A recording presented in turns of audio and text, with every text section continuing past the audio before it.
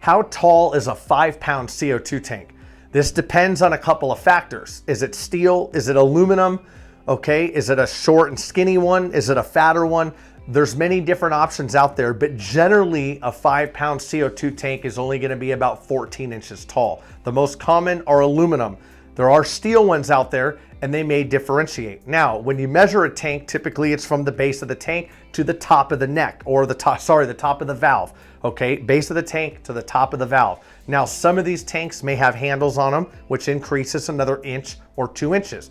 Others, they may have a cap if it's a steel. There's many different types of tanks, so this is really a general and a vague question. It all matters on what type of tank.